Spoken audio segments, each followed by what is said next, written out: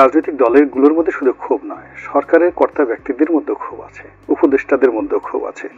তারাও একে অপরের বিরুদ্ধে বিষোদ্গার করার জন্য, একে অপরের বিরুদ্ধে রাগ হওয়ার জন্য, একে অপরের উপর যাকে বলা হয় মানে যেটা সহিংসতা দেখানোর জন্য তারাও কিন্তু উন্মুখ হয়ে আছে।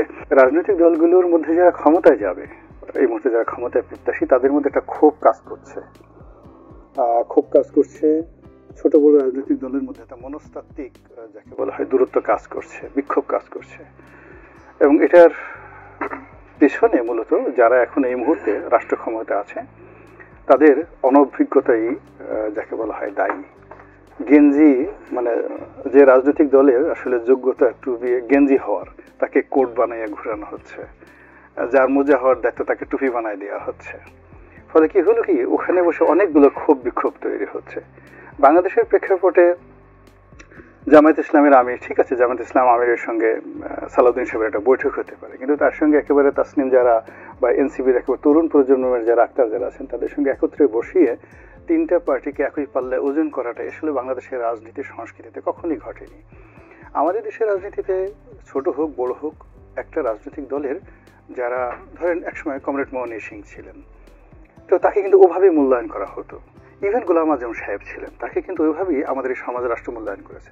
রাশেদ খান মেনন কিংবা হাসানুল্লাহ কিনু রাজনৈতিক দল কখনোই বড় ছিল না, কিন্তু আমাদের এই সমাজ তাদেরকে ওইভাবে সম্মান করেছে। একটা সময় সুরঞ্জিত সেনগুপ্ত, সালাউদ্দিন কাদের চৌধুরী তারা যখন আওয়ামী লীগ যোগদান করেননি বা বিএনপিতে যোগদান করেননি, তাদের ছোট রাজনৈতিক দল ছিল, কিন্তু আমাদের এই সমাজ ব্যক্তিকে ওইভাবে মূল্যায়ন করেছে। কিন্তু এবার কি হলো, এবার হলো যে আমাদের রাজনৈতিক যে চিন্তা চেতনা, সমস্ত চিন্তা চেতনার উপর যেন বজ্রপাত হয়েছে এবং সমস্ত বজ্রপাতে সবকিছু রিসেট হয়ে গেছে। এখানে রাজা যেভাবে চাচ্ছেন ওভাবেই একজন মানুষ মূল্যায়িত হচ্ছে।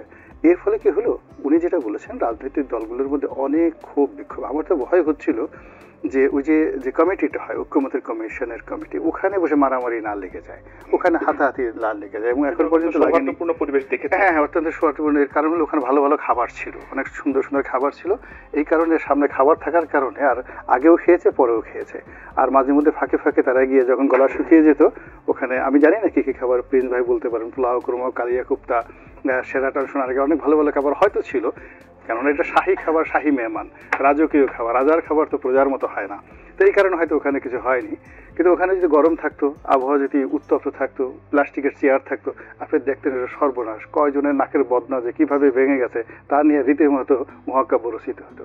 কিন্তু মাহবুব সাহেবের যে কথাটা উনি বলেননি, রাজনৈতিক দলগুলোর মধ্যে শুধু ক্ষোভ নয়, সরকারের কর্তা ব্যক্তিদের মধ্যে ক্ষোভ আছে, উপদেষ্টাদের মধ্যে ক্ষোভ আছে।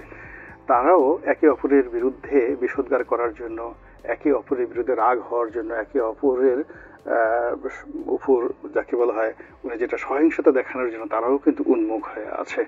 তো কাজেই অ্যাজ এ হোল এই যে গত 14টি মাসে আমাদের যে বিবর্তনটা হলো, এই বিবর্তনটা হওয়ার কথা ছিল না।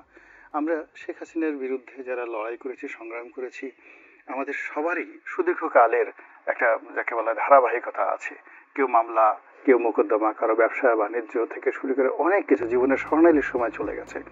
তো স্বর্ণালীর সময় চলে যাওয়ার পর আমরা সেই রাজনীতির আকাশে বিরাট একটা সম্ভাবনাময় চাঁদ দেখতে চেয়েছিলাম। এবং যখন ডক্টর মোহাম্মদ ইউনূস এলেন, ওনার মুখটাকে আমরা একটা পূর্ণিমার চাঁদ মনে করেছি, যে এই চাঁদ আর কখনো এখানে কোনো কলঙ্ক হবে না।